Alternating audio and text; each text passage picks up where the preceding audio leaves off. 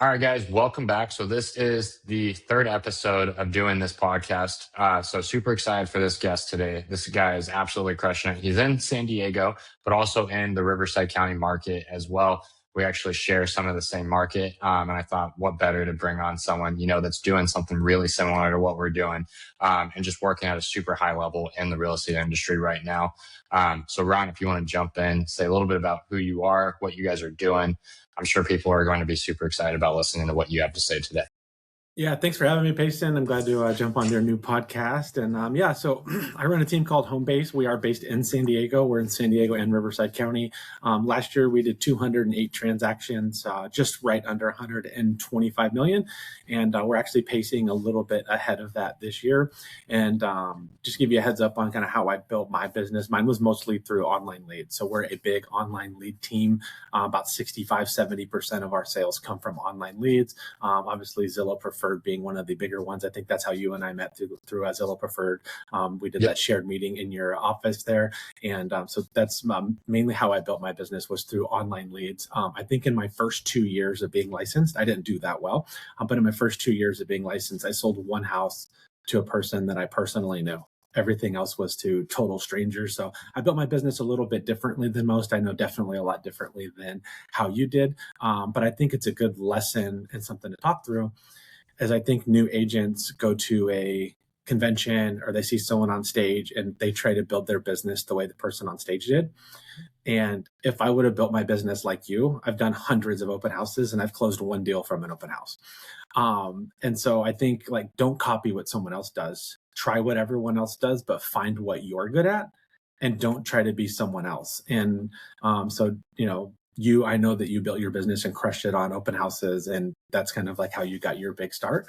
But if someone would have told you do something totally different, then you might have missed that, right? So it's try everything, try to figure out what you're good at, but then double down on what you're good at and be really, really good at what you're good at, and don't try to be good at what something else or at what someone else is good at. Absolutely. I think that's so. In the beginning, for me, what's funny was I tried cold calling. I tried a few different online lead sources in the beginning. I sucked at pretty much everything. And then finally, I tried the open houses because I saw a Kyle Whistle video talking about if you did 30 in 30 days, how could you not get a transaction out of it? And I was like, oh, that's a really valid point. And that's how everything worked for me. But I tried everything in the beginning. I've literally tried just about everything you could try.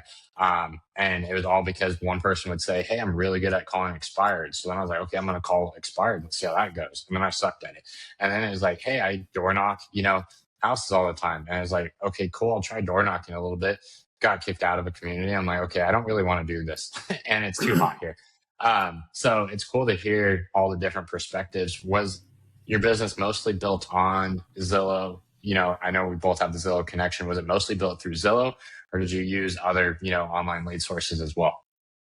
Mine was mainly built on Zillow. So I was at Coldwell Banker back in the day on the online lead team when I was brand new. And they did a test with Zillow and bought us a ton of Zillow. And I just absolutely crushed that and thought, how great is this? I don't like to make phone calls. So I'm not an outbound phone call person either. I try to do cold calling too for 3.5 hours. And I was like, I can't make my money this way. I got to try something different. And I loved Zillow because I was able to get people to call me. So I don't like to be on the phone. I don't like to bother people. I hate when people bother me. So I didn't want to be the guy door knocking or to be the guy doing outbound calls. And, calling expireds is super hard, or just calling random people, hoping to catch them on the day. They're like, oh my God, I'm so glad you called. I'm looking to sell my house. Seems very random and a waste of time. So I thought Zillow was cool. I know it's expensive and the splits get in the way, and that kind of bothers some people. But to have someone call me that wants to talk about a house cuts out a lot of my time and a lot of my headache and a lot of what I don't want to do. And now I'm literally on the phone with someone that's calling me to talk about a house that wants to see a house this weekend. That just made sense to me, to spend my time there. And so when COVID hit, Zillow gave us a discount. I had a very, very small spend, and Zillow gave us a 50% discount the first month, and I tripled my spend. And I said, hey, here's my shot. I had just started a team. I was a brand new team leader. And I'm like, I'm going to take my shot. And so I bought $6,000 worth of leads. For me at the time was crazy. but it was only going to cost me $3,000. So I went from $1,500 to $6,000 and just said, hey, I'm going to take a chance here, and kind of grew it from there. And at my highest point, I was spending $35,000 a month on Zillow for the team, like as we got bigger. But that was how I built my business, and my team's business was just getting into online leads, learning how to convert it. And, all the people that are in our fast forward movement, that like I ended up moving to EXP in 2020 and literally just said, hey, I'm going to go find the people that are at the best at what I want to do. And I'm going to steal everything that they do. And I'm just going to take all of their training, all of their stuff. And so I think like if the biggest advice I can give to new agents is, one, try everything and figure out what you're good at. Two, don't try to figure it out yourself. That's what I did for the first 2 years, and I beat my head against the wall.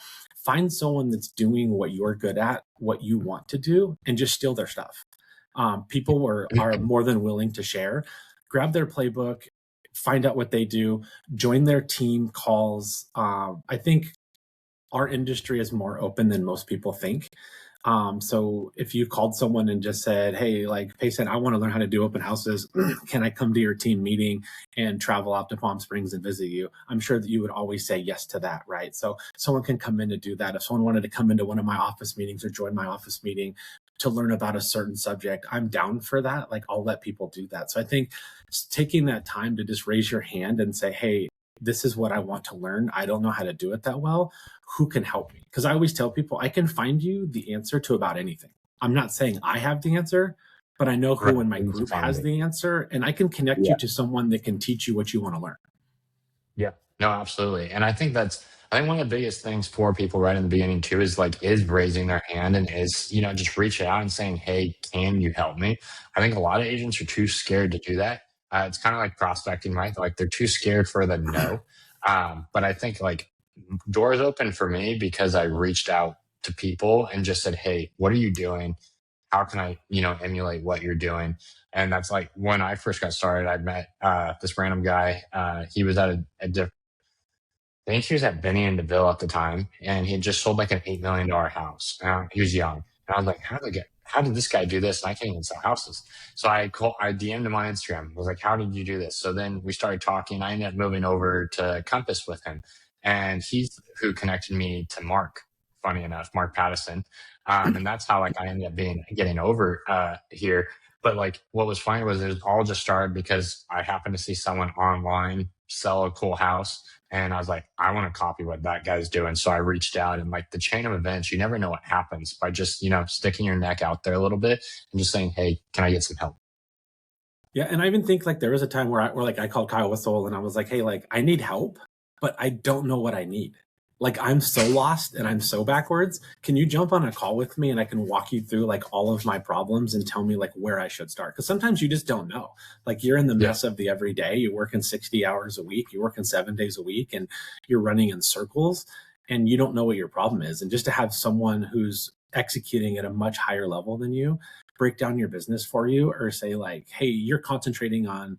So I don't know about you because you're young, but I want to fix 800 things at once. And so I'd have 800 projects going on, but I would never complete one.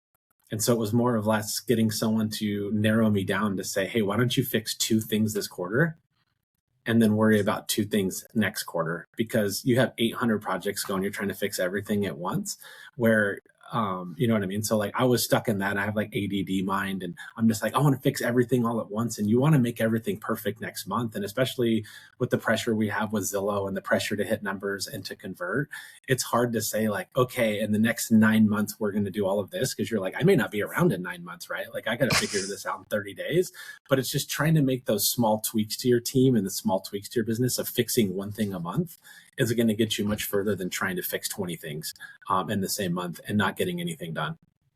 Yeah.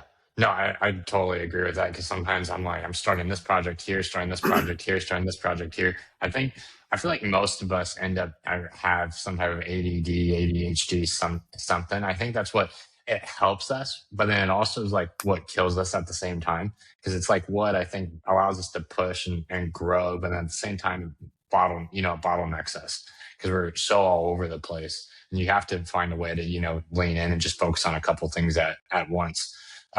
What would you say is what has attributed to you building out your team? Because this is just so you know, like this is the first time I'm having someone really on, and obviously I've only done a few of these, but first time having someone like team lead, built a big team, continually building a bigger team. What do you think has like attributed to you building your team, especially in a hyper competitive market, of San Diego? Yeah, I would say my advice to someone, if you want to build a team, don't go to San Diego, because there's really, really, really big teams here, and the competition's hard. And I end up having to go up against those big guys to recruit. Right, every time I'm talking to a new agent, they're going to one of those big names. I think for me, it's how I built my team. Is I never wanted to have a team, so I built my team on accident. And I got an assistant. She was licensed. I was told I had to have a team name. And then Keller Williams, where I was at the time, asked me to take one buyer's agent. And the next thing I knew, I had a 5-person team and I didn't really know what I was doing. And I was like, okay, I don't like how other teams run. I don't like their splits. I think they charge too much. I think that they're not set up for the agent. So I want to do it different. We're still TBD on if that's all going to work out. But I wanted to do something different. And then when I moved to EXP, and EXP had like, we're the most agent-centric brokerage and we're all about the agent, I took that to heart and said, like, I want to be the most agent-centric team. And I don't want to have the turnover. So I know a lot of the big teams have the big turnover, and it's just part of our game and we're going to lose people. But I was like, I want to try to make more money long term. And if I can keep agents more than 2 years, that third year, that fourth year, that fifth year, I'm going to make more money with those agents because I'm not having to spend as much time for them. And so I try to say my margin per headache. Okay, brand new agents, when they're brand new, I'm very low margin compared to the headaches that they cause and all the times I have to jump in and help and do all of that. Where like now my agents that have been with me for 4 and 5 years, I don't have to be involved in their transactions. Like I'm helping them Right. with their leads and I'm coaching them, but they're going along. And so I really wanted to have, I started with that small team mentality. We're going to be small. We're all going to be friends. We're all going to go out. It's all going to be perfect forever. I found out that won't work either. So it's kind of, but it was starting from the agent perspective of how can I help people make more money? How can I help people net more money, not charge too much, not nickel and dime everyone for everything, and make people feel comfortable to come to me for help and then help them grow. And so now when I meet with new agents and I tell them like, I know I can help you grow, I'm not giving you that in theory. If you want to talk to Allison on my team, she started with this many sales. Now she's one of my pod leaders. If you want to talk to Casey on my team, this is what she did, right? Like I have multiple examples. So now it's like when I'm meeting with an agent, it's not in theory that I can get you from 2 sales to 10. I've done it 20 times. It's not a theory that people who join my team, their sales go up. And when they leave the team, their sales go down. Like it's not a theory in that because we have the better leads, we have the systems, and I can plug you in and show you how to do it if you'll listen. And so I think that has helped us from there. And then 2 is hiring good people and getting out of their way. And I think the biggest struggle I had, and you're a recent team leader too, when you first take over and decide to start a team, there's not a playbook. There's not a here's what you should do day 1, here's day 30, and here's day 365. You're meeting with other people who have built teams that have a different personality than you, and you're trying to learn from them on how to build your team. And so I think that was the biggest key, is finding other people and then plugging and playing from them. I mean, a lot of the stuff that I use is the same stuff that, Whistle and Beer used. And then like I just restructured my entire team. I stole that from Mark Pattison. So I've stolen pieces from other people to build my team, but I didn't have to spend the time to figure it out. And that's what I tried to do early on that probably really held me back. I was trying to figure out everything on my own and trying to figure it out.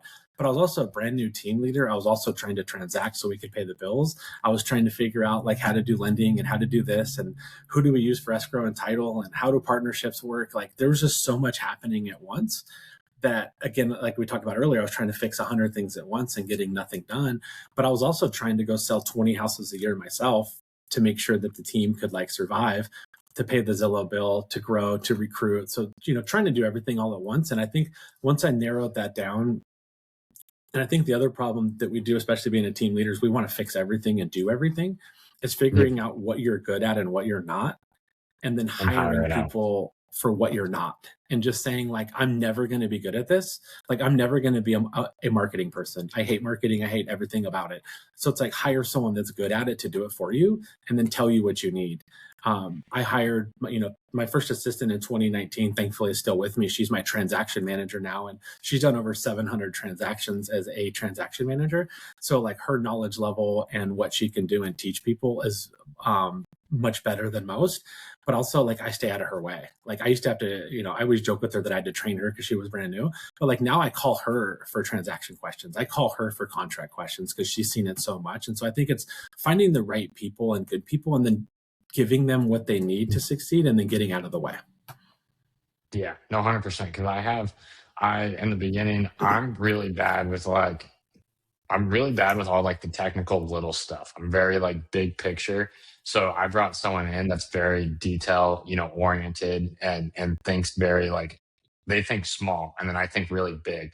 So like, we always joke around, like, I like go and create stuff and stir stuff up, and then she comes in behind and like puts it all together and actually makes it a system that actually works, not just something that explodes in 5 minutes, because that's what I'm good at doing, is like making something go really big and then watching it explode. So I have someone that, she's our operations manager, and she handles all the back end stuff. And she's been so incredible for that, because like, my brain doesn't work like that. And I don't tell her what to do at all. She fully handles that. And she is so dialed with it, and has been, such a huge part and building our team. But like, I think if I tried to put my hand into it and tell her how to do things when like my brain doesn't think like that, I think it'd probably drive her nuts, and I probably wouldn't have her. And thankfully, I've had her since literally the start of my team. Yeah, and like, someone called me the other day and asked me like our listing process through TC process, and I was like, I don't even know. Like, I just know we open escrow and that we get paid the day after escrow, and she figures it all out in between, and she makes sure that everything's good, and that's her job, right? But also having that comfort level too, to have someone good in that position, to know that I don't have to deal with that. That's just something that's not a part of my life. It's done, and and like, especially once you get past 40 agents. So I also have her. She's on every brand new agent's first 3 transactions as if she's the agent as well. So she's licensed, but she's in all of their first transactions. She's approving all of their forms. She's looking over their all their offers that go out, to making sure that they're right. Because like, as a team leader, especially when you get to 40, 45 people, it's scary when other people, especially you have a brand new agent sending out offers. I'd rather her catch it up front and make sure that it's done right, so we're not trying to get people out of problems once we open escrow. And then 2, I think as the market gets better, and especially when I first started out my team, it's really hard to get offers accepted. It's impossible to get an offer accepted that ain't filled out right. Because if you have multiple offers, that listing agent's going to look at that offer and be like, this person can't even fill out. Right. So like, this person can't fill out this offer. What's the next 29 days going to look like? Right. So I think like, having that. And so she overlooks all their offers. She's in all their escrow emails. And then she also TCs the file, but she's there to coach them through, to make sure that all their forms are being filled out right, and that they're not going to get us in trouble contract wise. And then our pod leaders and myself help through more of the strategy and stuff like that. But she's there to make sure everything's filled out right, to make sure that we don't get ourselves in trouble, or, do a full CR when we're not ready, something like that in the more complicated transactions. For sure. I love that. And I think that's like, our team leads, right? I think, especially a lot of times, we like to control so many different pieces of the puzzle, and figuring out how to delegate it is what's super important. Now, what would you say to someone thinking about starting a team, or maybe is in the process, they have maybe 5 agents, right? What would you say that they should be doing to get their team from maybe that brand new to 5 agents, to grow to that? I think like getting past 20 is usually a pretty hard mark for most people. What would you say a team lead in that scenario should be doing? My first point would be, don't do it. Join someone else's team and use their money and use their resources instead of having to do your own. So I don't know your story of how much you spent to get going, or how much you lost, or like how painful like growing the team was. But I will tell you, in between the 5 and 15 agents, so 2 things is, I think you got to stay really small or go big. So you have to be under 5 agents. And if you're doing a lot of social media open houses and not spending a lot of money, I think that can be very profitable. If you're still in production and you don't have to take on the salaries and the mess of running a big team. If you're going to go for the big team, I think you got to aim for 50 plus agents. And so I would say, meet with someone who's done it. listen to their headaches, listen to what they went through for 3 years, and listen to how terrible it was to be a team leader from 8 agents to 25 until they started figuring out how to make money and like how to survive by.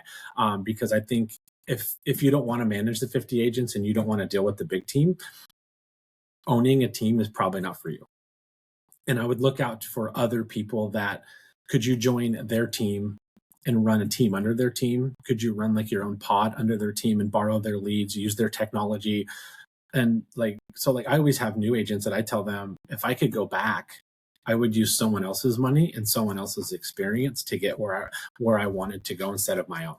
I spent a lot of money and a lot of time and lost a lot of hair trying to figure my way through this mess.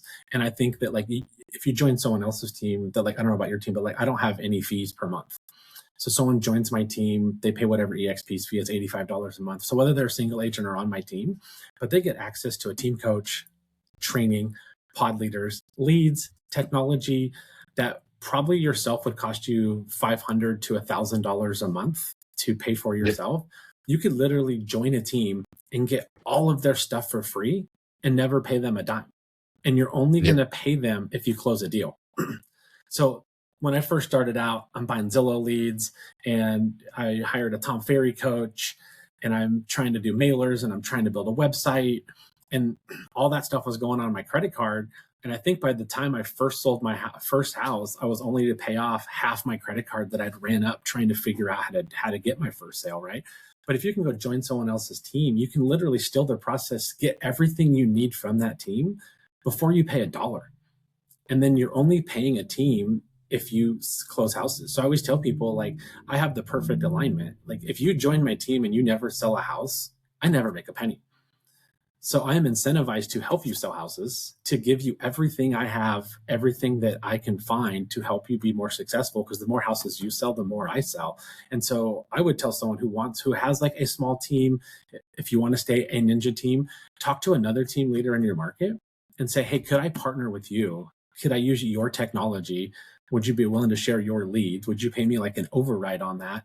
And that way I don't have, because like, I don't want the 50-person team, but could I run a little 5 or 10-person team under yours? Could I white label and still call my team name, whatever it is? Or do I need to use your team? I think a lot more people are open to that today because we're all trying to grow and we're all trying to leverage leaders and finding the right people. And that I know if someone called me today and said, hey, I had 5 agents, can I join your team? And can we work out a special deal where I can work your leads and help you grow your business and help you grow your market share? I would be down for that all day instead of them trying to go out and figure it out on their own. Yeah, that's the headache of building a team. Like, you don't realize how much of it's a headache. And the funny thing is, when I sat down with Mark Pattison back before I built mine. I said, hey, I want to build a team, and he's like, don't build a team. And I was like, well, I want to build a team. He's like, don't build a team. And I went against what Mark said, and I built a team, and that's why we're here today. But there is so much headache, and I probably aged myself probably quite a bit, like internally by building out this team. The stress, the credit cards being ran up. I know when I first got onto Zillow, I had just signed on in my office, and we had I think 9 or 10 agents. So just signed on an office, just added that overhead expense. And then I was painting the office because it all needed to be painted. And I was like, I'm not paying someone. I just signed an office. Like, and I have to pay this office, every month now. And I was like, we need leads. And I remember I was like painting the office at like 1 a.m. and I had the door closed. I'm in like a little office cubicle, and I'm probably like high on paint fumes because I'm just painting there for hours. I'm like, I should sign up for Zillow leads. And like the next morning, I signed up for Zillow leads. I started spending 10,000 a month on Zillow, and I was like, "Oh, this is I just added. I was like 16,000 in overhead overnight that I added to myself." And Yeah. I was like, "Well, I hope this works," because there was no guarantee it was going to work. And I had tried buying Zillow leads in the past for myself, and I actually completely messed it up and I canceled it. So I was like, well, I hope this somehow works this time. And it ended up working out. Um, but it cost a lot of money and a lot of headache, a lot of stress, and a whole lot of other things to get it figured out. And yeah, my recommendation probably to people today would be to probably not just build a team. Like, unless that is just what you absolutely want to do and you're absolutely willing to go through the headache of really, it's always a constant headache, but the first 3 years, especially, I'm just coming up on my third year mark. It's a massive headache. Yeah, that, and then two, I would ask someone like, what do you want to be? Because if you enjoy the real estate part, the transacting part, and the people part, the bigger your team gets, the less you get to do that. I still try to transact. I just don't take leads anymore, but I've only done like one deal this year. But like, I love to go out still and do a listing presentation or show a house because it gets me kind of connected and keeps me going. But I have less time to do that because I'm sitting in meetings and I'm doing stuff. So also figure out what you want to do, because if you like selling houses and you like teaching people to sell houses, you might be better off, being a mentor or a pod leader on someone else's team. If you're excited about running spreadsheets and paying bills and sitting in meetings and trying to get more leads and doing some of the stuff that we do as team leaders, then build a team and then help other people sell houses. But I think that was the biggest challenge for me. Was I loved selling houses, I loved being out there, I loved transacting, and then as now that I get further and further away from that as my team grows, sometimes I miss that part. So I always want to tell people that too, is if you want to be a CEO and run a company, then building a big team might be for you. If you're going to miss selling houses and showing houses and like the fun of that game and the fun of the hunt, then it may not be for you, because as your team gets bigger, most of your time is going to be fixing other people's problems. I mean, it's funny. I've told people, when I was still transacting, doing 15, 20 deals a year, I spent more time on on the team's 10 transactions than I did on my own 10. My deals went super smooth, right? I have an assistant. She knows exactly what I want, and I'm able to get ahead of that. But I was like, I literally spend more time on other people's transactions than my own, even when I have my own transactions going. And I know more about my team's transactions than I do my own, because mine are kind of just running in the background because I've done it so many times. Yep. Isn't that, I think that part's so funny. And like I think what people don't realize, right, is like so my first year I was still of the team. So obviously I was doing a ton of transactions because I had to do it to pay the bills, right? Then my second year, I did not as near as many transactions. I went from doing, I think the previous year was 36. And then last year, I think I did like 16 or 17. So still a decent amount, but much slower, cut it back quite a bit. And then this year I think I'm at 14 closed and I'm at 7 or 8 pending right now myself personally. So like this year I've actually kind of jumped back into it. And my deals, like you're saying, they kind of run in the background, and I know way more about other people's stuff going on than I even know personally about my own. And I feel like I'm spending way more time helping them with their stuff. But I have my stuff still going on in the background at the same time. But sometimes I forget about even my own transactions and what's going on, because it does feel like it's running smoothly. Or even if there's a hiccup, right, we resolve it quickly and we have to keep moving. Because I think that's like one thing too, like as you get busier, right, you figure out how to solve problems quicker. I used to feel like I probably took longer to solve escrow problems. Now it's like, let's get this done ASAP, because I got to move to the next thing. Otherwise, I'm not going to have enough time in the day to do everything I need to do.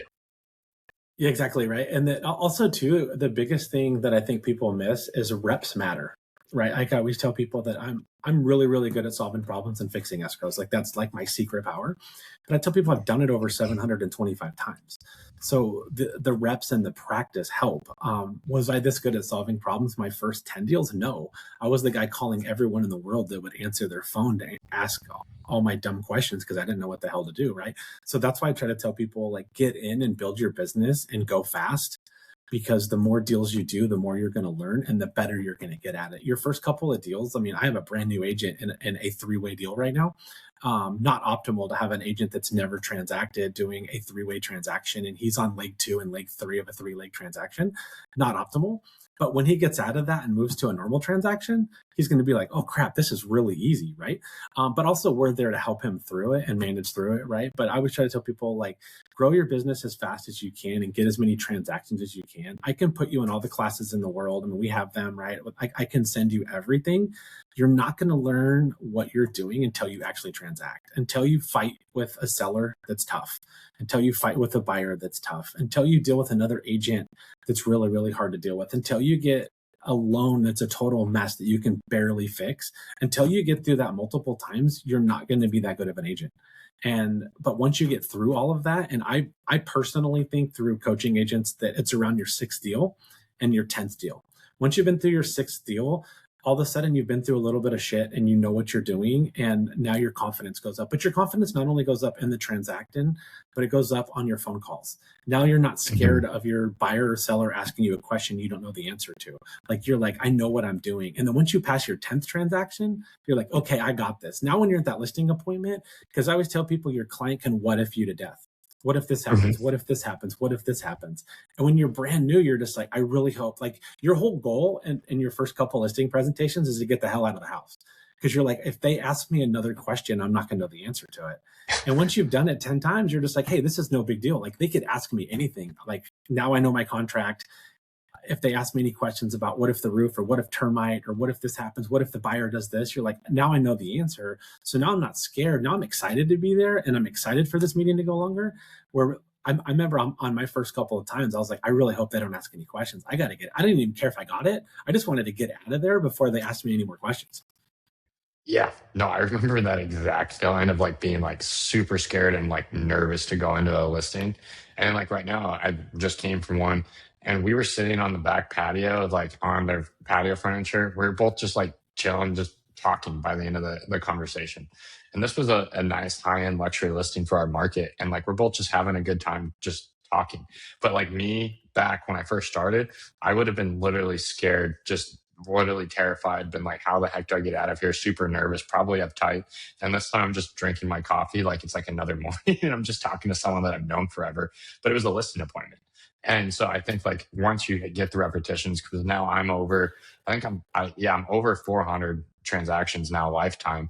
And like having that repetition has just made me feel so much more confident going into stuff because I've seen, I mean, I haven't seen everything, but I've seen a lot of different things now in my 6 years, which has been pretty cool.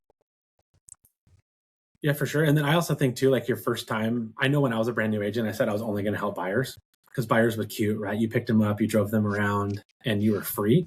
The first time you walked into $1 million house telling them you're going to charge them whatever it was, 4 or 5%, that sounds small. But when you flip over a sheet of paper that says, I'm going to charge you $40,000 or $50,000, I remember being nervous. My hands were sweaty. I was shaking. And like, they were waiting for the conversation. I knew it was time for the conversation, but I was just like making small talk because I didn't want to get to the part where we had to charge them. I didn't want to get to the part of the contract. Like, it was just really, really hard. But like, once you've done it 100 times, you're just showing up, and now you have a process, right? And like, I'm sure that you have a process that you do every time, like how you walk the house, how you talk to the person, what questions you ask, when you bring it up. Like, once you have that down, it's just another day. It's just like going to a normal job and clocking in and doing it. But your first couple times, and I always try to tell people, try to find someone that's good at it and go with them. Like, someone on your team should show up and be like, hey, Peyson, can I come be your assistant for the day? Can I just come to one of your listing presentations and then take you to one of theirs and just have you there? And I always tell my team, when I'm there, I won't talk until you want me to. So if you get stuck or you can't answer a question, you just look at me and keep staring at me, and then I'll know you want me to jump in. And I can be there to answer your questions, but you run the presentation. But maybe take someone with you. And I know everyone's scared to give up a little bit of their split, but take a senior agent on your team to your first listing appointment, have them give the presentation and split the deal with them, do a deal with them and watch them, and then steal what you like from them and then change it up to be yourself, right? But learn from someone else that's doing it at a high level, but take them with you to close, because 100% of nothing is nothing, right? And like, I think it was Mark Cuban that said, like, half of a watermelon is better than a full grape, right? So take someone with you and have them execute it for you. Right along that transaction with them, be in a part of everything and learn from them. And then take what they did and go do it yourself. Don't just try to learn everything on your own, because if you get a Zillow seller and it's $1.8 million and you're super excited that you're going to get all that commission yourself, and then you lose, you got nothing. So you'd have been better off to take someone with you, learn from them and steal from them, and then just take what they did and make it your own. And then the last thing that I'll say on listings is, make it about the person, not the house. As soon as you get away from you're not there to transact and houses don't matter, it's about people. And get in there and understand what their problem is and build your presentation live in your head to what their problem is and what are their fears. And everyone's different. I can tell you, I do very well with engineers and dorks that are number people. I'm good at that. If I get a lovey-dovey, I'm scared about being homeless, I'm scared of moving, that's just not what I'm good at. But I've brought people with me. Like I've never taken a female agent with me to a listing presentation and lost, because I think there's something about having both sides of it and having someone that's, opposite of you, that can help with the stuff that you're not good at. And we've learned like who should talk when and what. But once you figure out it's about the person, finding out what their problem is, and every seller is different, and then building your presentation to match their problem, you're going to get more of those. And if you go in there and talk about how great you are and what your margins are and what you charge and how great you are, no one cares. People care about themselves. And if you show up and you show that they're the most important, you're listening to them, and then you build your presentation around their problem, you're going to win. Absolutely. I always tell people, I always tell people a story I had in the very beginning so that hopefully they don't do the same thing. This is why I think being a part of a team of some sort in the beginning is so important. I had cold called a guy in the very beginning. It was about a $7.5 million listing. And it was just my broker and I. That's all that we had in the office. But my broker was out of town a lot. And I remember calling my broker, super excited. I set a $7.5 million listing appointment. And he's like, "Do you need me to go with you?" And he should have said, "I'm going with you." But he said, "Do you need me to go with you?" And I said, "No, I think I got it." I think I'd been on maybe 3 or 4 listing appointments total at that time. I didn't get the listing. I lost the listing, never came back. It completely died out. If I had my broker with me who had done 2 billion in transactions himself, odds are I would have walked out that day with a signed listing agreement. But instead, I chose to think, oh, I got this. I know what I'm doing. I don't need someone else to come with me. And I lost the deal. And so I always tell people, like, don't go make that same mistake. It's better to give someone a piece of the pie. In my scenario, I was already giving him a piece of the pie and he offered to come, and it was my dumb idea to not have him come. So don't go make the same mistake I made because you think that you know what you're doing. You think you at least know enough. And that cost me, obviously, that was a massive check that cost me. And I always talk about that story because it's like, that would have been at the time life-changing for me. I think I was 19 years old when I went on that listing appointment. Like that would have been like absolutely absurd at that time. So that's why I always tell people, like, especially like if I was to go back, right, I would go and join a team in the beginning that, like you said, gives you everything, because we don't charge either for, there's no monthly fee to be a part of our team. You just pay the EXP fee and then we do splits.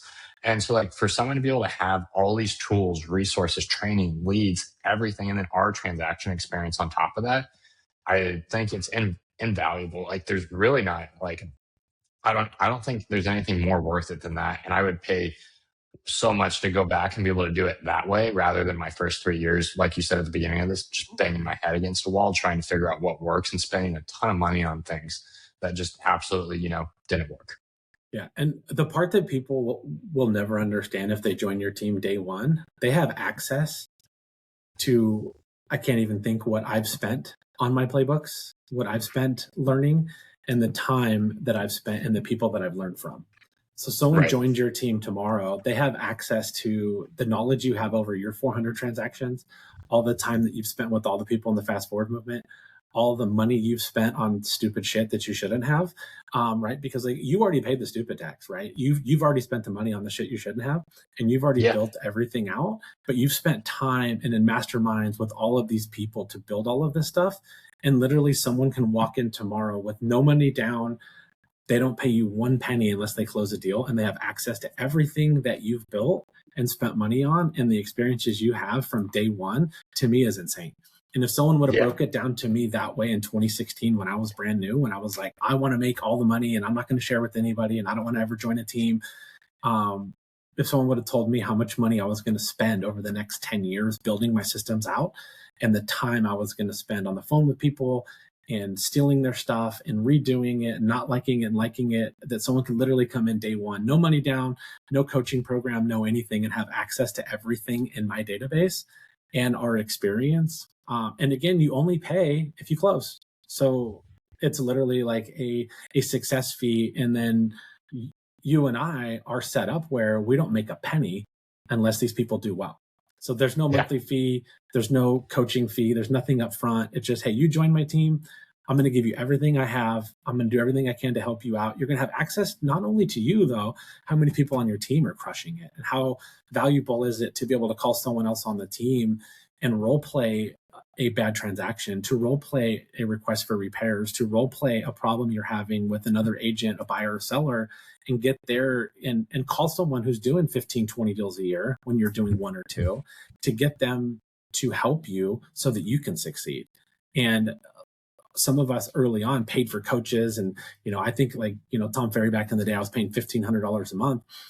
Someone can literally jump on my team and have access to what I learned from that coach for free, right? They can call people on my team that are doing 20 plus deals a year and ask them, how do I fix this problem? Would you look over this and tell me how you would respond? And to me, that's the invaluable part about being on a team, is being able to lean on other people that are doing well in the market to give you advice through the mess that you're in. Yeah, while you're saying that, I was thinking about how much money I've spent on coaching, guides, leads, everything. Like, it's absurd. Like, if I had to go back and look at every penny spent on all of that, yeah, you just get to, if you join a team, and it obviously needs to be a well-ran team, but like if you join a team, like you get to skip that stupid tax altogether. Like, as long as you just listen to what they have to say and do what they say to do, you literally get to skip all of that, which I think is the best thing. And if I could have gone back and done it that way, I feel like I would have saved 3 years of a lot of struggle. I would have probably, I don't know where I'd be, but I'd probably be in a lot different spot, even than where I'm at today. And I don't feel like I'm in a bad spot, but like I'd be in probably a lot different of a spot just by doing that. Yeah, I think it's natural as a salesperson to want to keep all of your money, and it's natural to want to figure things out yourself. And as soon as you can figure out there's people that are smarter than me and there's people that are better than me in this industry, let me go find those people and let me take what they've learned and put it into my business. And I always tell people, like, I put brand new agents into transactions in like 35 days. I beat my head against the wall. I mean, if it wasn't for like one online lead and me and my wife buying a house, I may not have sold a house in my first year. Like, I did 3 houses in my first year. I have an agent on my team that closed 7 already this year, and it's only his second year. I'm like, dude, it took me X amount of time. Or like, we have one brand new agent. She's brand new, never transacted. I think she's in escrow for like 1.3 million. I think I did 40 or 50 transactions before I got to my first $1 million deal personally, right? But we're able to do that and get people into success quicker than most because we have the systems, we have the technology, and we've literally stolen from other teams that were better than us and taken their stuff and just, put our logo on it or changed it up for how we wanted to, right? And so don't go out there and do 2 deals a year, because personally, I don't think that you're building a business. If you're doing 2, 3 deals a year, that's a cool hobby, and that's cool to make 30, 40 grand a year. But if you really want to build a business, and the one thing I'm trying to tell people now is, I think as a business owner, if you stop being an agent, and every agent needs to realize they own their own business, even if you're on a team, you own your own business. And the number one asset I believe you have is past clients. Now, I call them forever clients, but past clients is the number one asset you have, because they can send you their friends and family. They can help you build your business. No one gives a crap if you think you're good. You need someone to tell someone that you're good, and to tell them like, hey, like, I bought a house with this Peyson guy last year. He got me a whole brand new roof, or he got this problem fixed for me, or his lender did this for me. That sell there is way easier. So if you have to use, whether it's Zillow and pay that referral fee to get more people in your pipeline, if you're selling 2 or 3 houses a year, you're not building your asset. You're selling houses and you're getting by, and yes, you're getting 100% of it. But if you can join a team and do 8 to 12 a year, that person is building their assets at 3 times what the agent who's doing 3 is. And you're building those past clients, and that's where the real money is. And that's where I think the real asset value is. And I think if there's one thing I would switch back, is I only sold 7 houses in my first 2 years. I have people coming into my team selling 8 and 12 their first year. They're building at a much quicker rate than I did of that asset class, which is past clients, because that's where you can get your referrals, and that's where the money is at. It's not in the first transaction, it's in the multiple transactions. And I think that's where most people miss what they're doing right now, is stop being an agent, stop being a salesperson, be a business owner, and think about what assets are you building as you build your career and build your business. And that is past clients and people that can talk about you and send you future deals. And there's no easier deal than when someone sends you to their brother, when someone sends you to their mom, when someone sends you to one of their friends. That's the easiest deal to close. So if you can close Zillow deals, you can close, hey, my uncle's buying a house too. So that part is easy. But build that as fast as you can, and don't build a hobby, build a business. Yeah, No, I remember I had a Zillow. I used to be on another Zillow when it was still Zillow Flex. I was on a team that had Zillow Flex, and I remember I helped this guy close. I did two transactions with him. It was one for a $2 million house and selling his $1 million house. And I remember giving away obviously a good chunk of the fee. But since then, his son now has transacted with me, and now him and I are partnering on building. We're doing development together now, like all because I met this guy through a random online lead platform, which was Zillow, and paid the success fee, but treated this client like absolute gold. And now we're doing more transactions together, and I'm going to make way more by doing the development piece with him. And I would have never met that person otherwise, but because I took such good care of him, now that has come back, to help me and build my business even more. And I think that's what people need to be thinking about for sure. And then I think the other thing too is like I have a kid. I say he's a kid. He's 18. Got licensed 5 months ago. I think he's at 5 closed, and I think he's at 2 or 3 pending right now on the team. So he's averaging a deal a month at 18 years old. And they're all leads that are coming from us, or what he's learned. He's closed open house leads and Zillow leads. Those are where he's getting everything right now.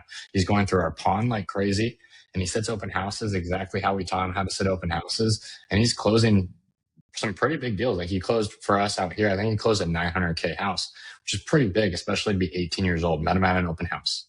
Like that's a nice check to be that young. So I think being able to skip that stuff is just so crucial, and then focus on building, that what you're saying, that asset with those past clients, because that's where all the money really, comes into play, and that's where you really build a big business over time. Yeah, and just think about him. He's 18 years old. He talk about being able to open a business. If you open an ice cream store, how much money are you spending outfitting that in inventory, right? Like he literally joined your team with zero down. He had to pay whatever the $1,000, like all the association fees we have to fee that are paid that are crazy, right? But that was all he had to pay to open up a business where he could make probably $7,000-$10,000 a month by selling one house a month.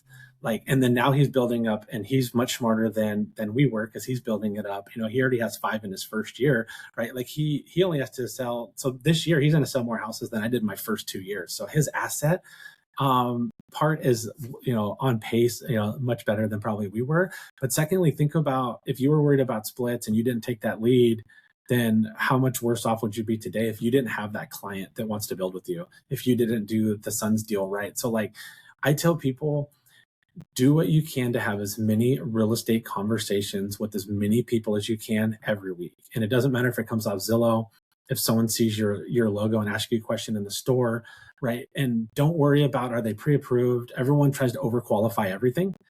Get in front of people and talk about real estate, whether it's a real estate agent, whether it's a lender. Find a way to have real estate conversations every day, and it's going to pay off. And yours paid off big time because but also, if you would have just closed that deal with them and never talked to them again, you probably don't get a second deal. You don't get a son, right? But you took a Zillow lead, a complete stranger, moved him into your sphere of influence, and treated him like the rest of your sphere. And then you got his son, and then you obviously did a good job through all of that, because you would have not kept in contact if you didn't, right? And now you're going to be in a much bigger opportunity, but based on the fact that you clicked a button when it said someone was calling. And when you click that button, it could have been a $7 million listing lead, or it could have been a $30,000 piece of land, right? That's the risk that we take. But answer the phone, worry about the person, not the property, build the relationship, and you have no idea what that's going to bring you long term. Yeah. No, absolutely. That's so well said. Now, I feel like we've given probably people a ton, like you've given people on this a ton of good advice. Do you have any last words of wisdom to wrap this up? The biggest thing that I would just say is don't be an agent, be a business owner, figure out how to grow your business, find people to partner with that can teach you what you want to learn. Don't be like someone else. Find what you're good at. When something starts working, my biggest frustration I see with agents is they're like, I am crushing it on this lead source. I want to try something different. I'm like, you've closed, you're having your best year ever. Why would you switch? So when something's working, double down on it. But also don't be one of the people that says, well, I only work online leads. I don't want to do social media, or I only do social media. I don't want to do this. Learn how to do everything. Don't be, There's always people that say, I don't do realtor.com or I don't do Zillow. Good for you that you figured out how to grow your business without 25% of the market. I want 100% of the market. But to learn how to do everything, but once you figure out what you're good at, double down, do more. I mean, I know that you did that. You started on open houses and you had your whole team do, I think, the 1,000 open houses that summer or whatever. And you had the big banner, right? Like, that's what you're good at. Keep doing it, but also get good at Zillow, get good at other things, get good at social media, because you want to round yourself out and make as much money as you can and build that asset class as fast as you can. So don't get stuck in either or. Learn how to do everything, but then figure out what you're good at. Don't try to be like the people on stage. Half the people on stage aren't making money anyways. Don't try to be like them, but learn what you can from them, learn what you can from other people, and then implement that in your business and make it your own. I love that. Well, thank you. You've been awesome. Where can people find you? Instagram, Facebook? What's the best way for people to find you, follow you, reach out to you if they have questions? Instagram, it's at Ron Berner Official. And if I can help in any way, if there's something I said that you're like, hey, I want a playbook for this. Hey, can you send me a video on this? I have tons of resources, tons of stuff I can send out. I'm always willing to help because I didn't get a ton of help when I started out. And so now that we're doing decent, I want to be able to pass that on and help people out if I can. I love it. Awesome. Well, dude, thank you again. This was amazing. And everyone, thank you so much. Let's get this wrapped up.